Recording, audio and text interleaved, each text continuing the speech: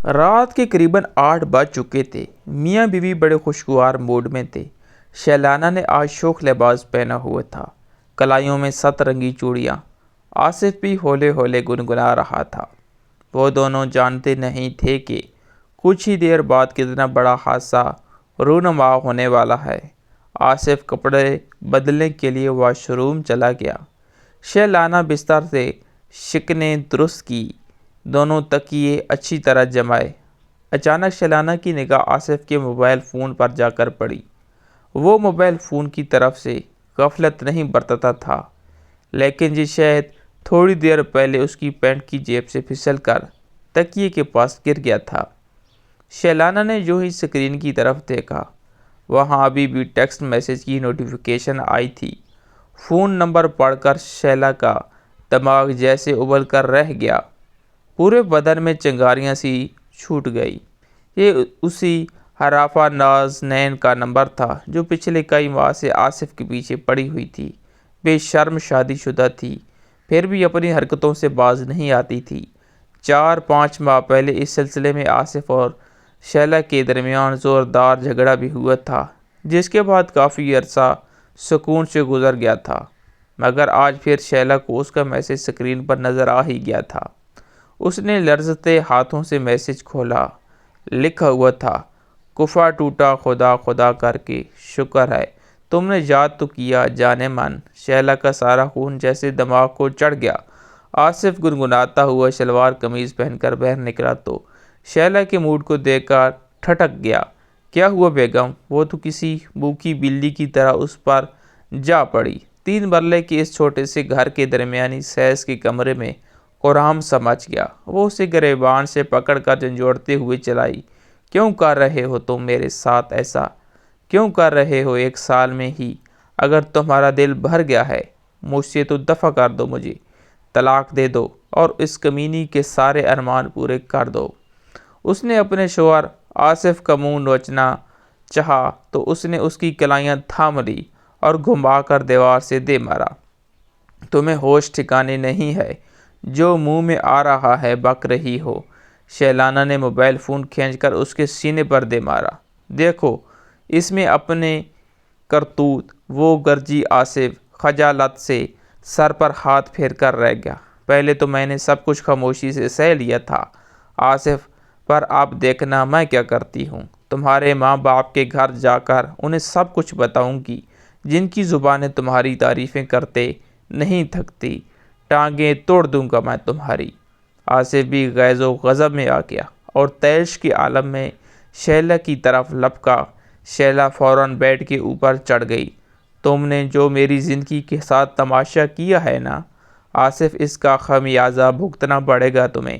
ایک دن تم خود کو بالکل بے بس اور نہتا پاؤ گے، دیکھ لینا تم۔ آصف بھی اس کے روبرو بیڈ پر کھڑا ہو کر چلانے لگا اور اسی دوران میں شیلا کی کسی بات پر آپے سے بیر ہو کر اس نے 2 زناٹے دار تھپڑ مارے اور نیچے دھکا دے دیا۔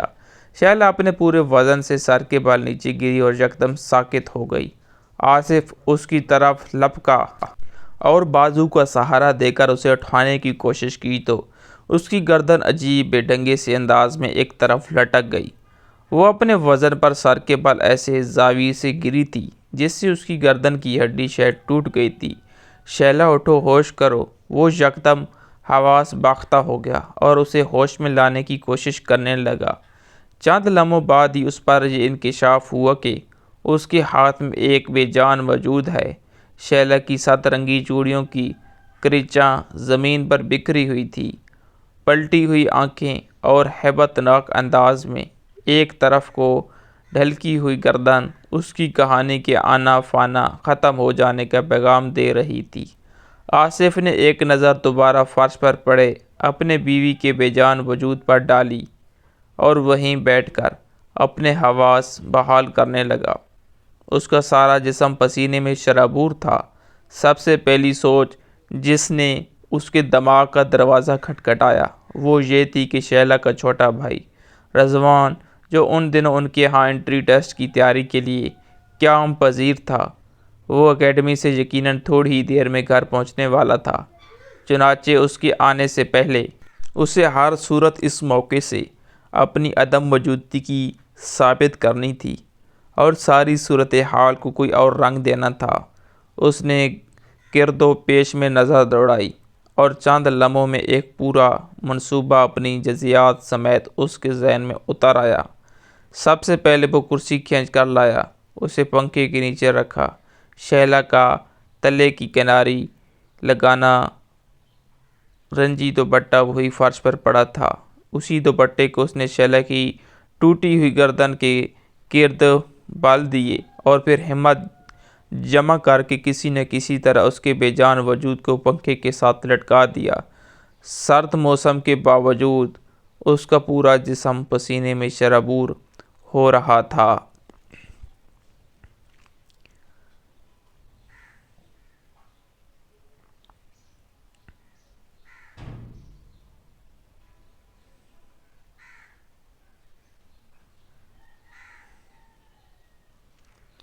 اب دوسرا مرحلہ کمرے کو اندر سے بند کر کے کسی نہ کسی طرح باہر نکلنے کا تھا، جو اب اس کے لیے پریشان کن بات ثابت ہو رہی تھی۔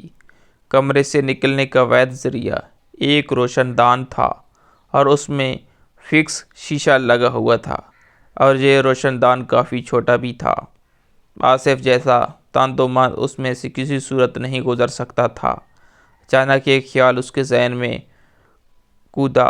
بیڈ روم کے دروازے کے نیچے والے سلائڈنگ بورڈ جو فرش کے سوراخ میں جاتا تھا کچھ عرصے لوز تھا، پیر کے انگوٹھے سے ہلکی سی جنبش دینے پر ہی ڈھلک کر سوراخ میں چلا جاتا تھا۔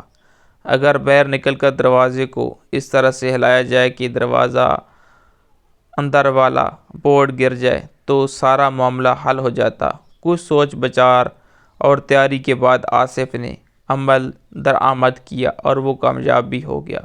وہ وہاں سے ہانپتا کانپتا نکلا اور سیدھا ایک نزدیکی چائے کے ہوٹل پہنچ گیا۔ سب چیزیں اس کی توقعات کے مطابق ہو رہی تھی۔ ابھی اس نے چائے کے پہلے 2 گھونٹ ہی لیے تھے کہ اس کے سارے رضوان کی کال آ گئی۔ خوف اور اضطراب سے اس کی آواز کپ کپا رہی تھی۔ وہ بامشکل اتنا ہی کہہ پایا کہ آپ ہی نے دروازہ اندر سے بند کر رکھا ہے اور کھول نہیں رہی ہے۔ آصف جس پریشانی اور انتشار میں تھوڑا بہت شور مچاتا ہوا وہاں سے بھاگا تھا تو کچھ محلے دار اور واقف کار لوگ بھی اس کے ساتھ ہو لیے۔ وہ گھر پہنچا تو پڑوس کی کچھ عورتیں بھی ہکا بکا کھڑی تھیں۔ بند دروازے کو پیٹا جا رہا تھا۔ سب کے چہرے پر ہوائیاں اڑی تھیں۔ آصف نے بھی خود کو وحشت زدہ ظاہر کیا اور دروازے پر 2 ہتھڑ برسانے لگا۔ اسی دوران ایک محلے دار نے بانس کی سیڑھی لگائی اور روشن دان کا شیشہ صفائی سے توڑا اور ایک چھوٹے لڑکے کو روشن دان کے ذریعے کمرے میں داخل کر دیا۔ دہشت زدہ لڑکے نے چند سیکنڈ میں ہی اندر سے کمرے کا دروازہ کھول دیا۔ اندر کمرے میں شیلا کی لاش پنکھے سے جھول رہی تھی۔ نہیں شیلا، تم ایسا نہیں کر سکتی۔ یہ کیا کیا تو نے؟ کیوں؟ تم مجھے چھوڑ کر نہیں جا سکتی۔ آصف کی دھاڑیں اس چھوٹے سے گھر کے در و دیوار کو لرزانے لگی۔ محلے کے بڑے بڑے آگے بڑھ کر اسے سنبھالنے لگے۔ کچھ دیر بعد وہاں پولیس بھی آ گئی۔ جائے وقوع کا جائزہ لیا گیا۔ آصف اور رضوان کے بیان بھی درج ہوئے۔ رضوان نے اپنے بیان میں کہا، سر مجھے تو کچھ سمجھ نہیں آ رہا۔ چھوٹے موٹے جھگڑے تو ہر گھر میں چلتے ہیں۔ مجموعی طور پر تو آصف بھائی ایک بہت اچھے شوہر ثابت ہوئے تھے۔ آپ ہی بھی باشعور اور 5 وقت کی نمازی تھی، پھر پتہ نہیں کیوں انہوں نے یہ انتہائی قدم اٹھا لیا۔ رضوان اتنا ہی کہہ پایا اور اس کی ہچکی بند گئی۔ دوسری طرف آصف بھی اپنی بناوٹی خستہ حالت کے پیش نظر کم ہی بولا، آفیسر صاحب رضوان آپ کو سب کچھ بتا چکا ہے۔ میرا سینہ تو درد سے پھٹا جا رہا ہے، سانسیں لینا مشکل ہو رہا ہے۔ اپنی زندگی کا اپنا دکھ سکھ کا ساتھی کھو دیا ہے۔ میں نے آج پھر بھی جو آپ پوچھیں گے بتاؤں گا۔ پتہ نہیں کس بات پر دل برداشتہ ہو کر میری بیوی مجھے تنہا چھوڑ گئی۔ اس نے ایک مرتبہ بھی میرے بارے میں نہیں سوچا۔ آصف پھوٹ پھوٹ کر رونے لگا۔ شیلا کی موت کا راز جیسے اس کے ساتھ ہی دفن ہونے جا رہا تھا۔ اہل محلہ کے سامنے کمرے کے روشن دان کا شیشہ توڑا گیا تھا۔ کمرے کے اندر سے جو زمینی شہادتیں ملی تھی وہ بھی یہی ثابت کرتی تھی کہ شیلا نے خود اپنے گلے میں دوپٹہ ڈال کر خودکشی کی ہے، پنکھے سے باندھا اور پھر لکڑی کی کرسی کو ٹھوکر مار کر دور پھینک دیا۔ قانونی کارروائی چند ہفتے جاری رہی۔ پوسٹ مارٹم رپورٹ سے بھی کوئی خاص بات معلوم نہیں ہو سکی۔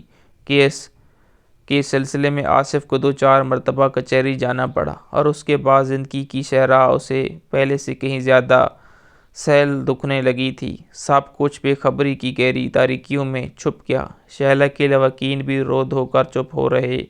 وہ خوبرو اور نیک خو لڑکی جس کی شادی کو صرف 1 سال ہوا تھا اب کہانی بن کر رہ گئی تھی، جس نے ایک روز شوہر کے موبائل فون میں جھانکنے کی کوشش کی تھی۔ کوئی 8 ماہ بعد کی بات ہے۔ نازنین اور آصف بات کر رہے تھے۔ نازنین: یار اب جلدی اس بندے سے چھٹکارا حاصل کرو، مجھ سے اب مزید برداشت نہیں ہوتا۔ شہر کے ایک تجارتی علاقے کے مشہور ریسٹورینٹ میں آصف اور نازنین آمنے سامنے بیٹھے ایک دوسرے کو چاہت بھری نگاہوں سے دیکھ رہے تھے۔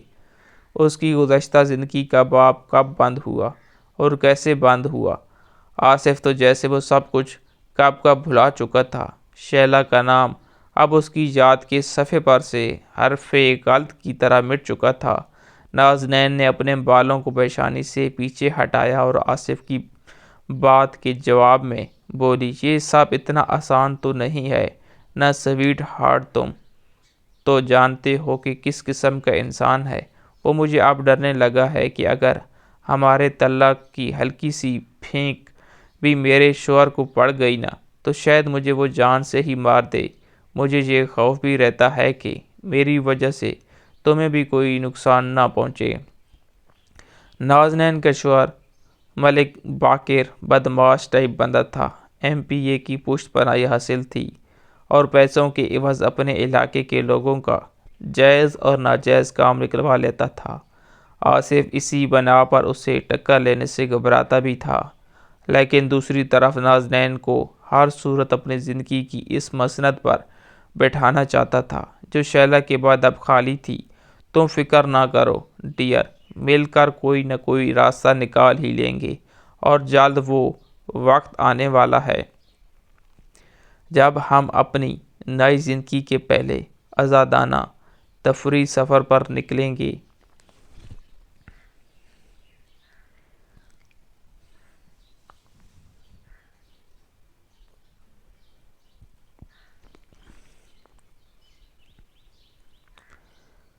سمجھ رہی ہو نا، یعنی ہمارا ہنی مون ناران کاغان جہاں جہاں تم کہو گی تمہیں لے کر جاؤں گا۔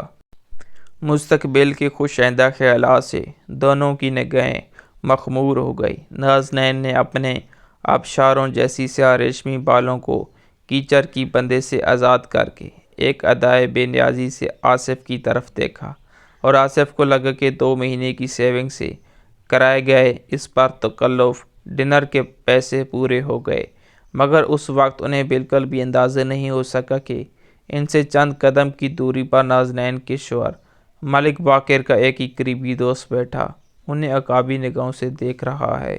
رات کے تقریباً 8 بج رہے تھے۔ آصف گنگناتا ہوا اپنے کمرے میں داخل ہوا۔ اس نے کپڑے تبدیل کیے اور ٹی وی آن کر کے بیڈ پر نیم دراز ہو گیا، لیکن اپنا دل و دماغ تو جیسے وہ نازنین کے روبرو بیٹھے ریسٹورینٹ کی اسی ٹیبل پر ہی چھوڑ آیا ہو۔ اب ہر ملاقات پر اسے ایسا ہی لگتا تھا۔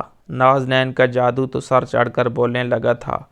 اب وہ جلد سے جلد اسے اپنی زندگی میں شامل کرنا چاہتا تھا۔ شادی کے پیش نظر اس نے کمرے میں کافی تبدیلیاں کر ڈالی تھی۔ آصف نے چینل چینج کرنے کے لیے ریموٹ ہاتھ میں لیا ہی تھا کہ اسے کال بیک سنائی دی۔ وہ بڑبڑاتا، بادل ناخواستہ اٹھ پاؤ۔ میں چپل کو گھسیٹتا ہوا باہر نکل گیا۔ کون ہے بھائی؟ تیرا باپ، دروازہ کھول۔ آصف اس آواز کو نہیں پہچانتا تھا، لیکن بولنے والے کے انداز سے ایسے اشارہ مل گیا تھا۔ اس نے دروازے کے ہول سے باہر جھانکا تو اس کا اندیشہ حقیقت کا روپ دھاڑے کھڑا تھا۔ باہر نازنین کا شوہر ملک باقر ہی تھا۔ اس کی عمر 40 کے درمیان ہوگی۔ بڑی مونچھیں والے چہرے پر ایک صفاقی سی پھیلی ہوئی تھی۔ آصف کے ماتھے پر تو پسینے کی بوندیں جھپکنے لگی۔ ابھی وہ اسی شش و پنج میں تھا جب گیٹ کے ساتھ دیوار پر 2 ہاتھ نمودار ہوئے۔ باقر دیوار پہ لانگ کر اندر آنے لگا تھا اور اس وقت آصف کے ہاتھوں کے تو طوطے چھوٹ گئے جب اسے ملک باقر کو ایک ہاتھ میں بلیک موزر صاف دکھائی دیا۔ آصف اندھا دھند اپنے کمرے کی طرف دوڑا۔ اس کا پسٹل الماری میں پڑا تھا۔ چند سیکنڈ کے اندر وہ یہ فیصلہ کر چکا تھا کہ ملک باقر کا نشانہ بننے سے پہلے وہ خود اس کا بھیجا اڑا دے گا۔ اپنی رفتار میں اس نے کمرے کے اندر داخل ہونے کے لیے دروازے کا ہینڈل گھمایا تو ایک جھٹکا کھا کر پیچھے کو لڑکھڑایا۔ یہ کیا ہوا تھا اسے سمجھ نہیں آیا، اور پھر 1 سیکنڈ کے 10ویں حصے میں جو حقیقت اس پر آشکار ہوئی، اس نے جیسے اس کی رگوں میں خون کو جما دیا تھا۔ دروازے کا اندرونی بولٹ جو زمین کے اندر جاتا تھا وہ جھٹکا لگنے سے اندر گر چکا تھا۔ جرم جو مظلوم کے ساتھ ہی دفن ہو چکا تھا، جرم جو مجرم خود بھی بھول چکا تھا، لیکن قدرت نہیں بھولی تھی، اور آج اس نے اچانک ہی آ کر مجرم کو گریبان سے پکڑ لیا تھا۔ تمہیں خمیازہ بھگتنا پڑے گا آصف، دیکھنا ایک دن تو بالکل خود کو بے بس اور نہتا پاؤ گے۔ یہ کسی کے بھولے بسرے الفاظ تھے جو آخری بار اس کے ذہن میں گونجے تھے، اور پھر سلنسر لگے موزر سے نکلے 2 شعلوں نے اس کا کام تمام کر دیا۔ قانون اپنا راستہ ڈھونڈ سکا تھا، مگر قدرت کے مکافات نے اپنا راستہ ڈھونڈ لیا تھا، اور قدرت کا انتقام بہت بھیانک ہوتا ہے۔ جب شیلا کی موت کو خود کشی کا رنگ دینے کے لیے کمرے کو اندر سے بند کرنے کے لیے آصف نے جس خراب بولٹ کا استعمال کیا تھا اور خود کو سچا ثابت کر لیا تھا، آج اسی خراب بولٹ نے دروازہ پھر سے اندر سے بند کیا اور آصف اندر نہ جا سکا، اور جو وہ نازنین کے شوہر باقر کی گولیوں کو نشانہ بن کر موت کی گھاٹ اتر گیا۔ شیلا کو دنیا والے تو انصاف نہ دلا سکے، لیکن اللہ تعالیٰ نے دنیا میں ہی آصف کو سزا دے کر شیلا کو انصاف دے دیا۔ بے شک یہ دنیا مکافات عمل ہے۔ کیسی لگی آج کی سبق آموز کہانی؟ کومنٹ باکس میں ضرور بتائیے۔ اللہ حافظ۔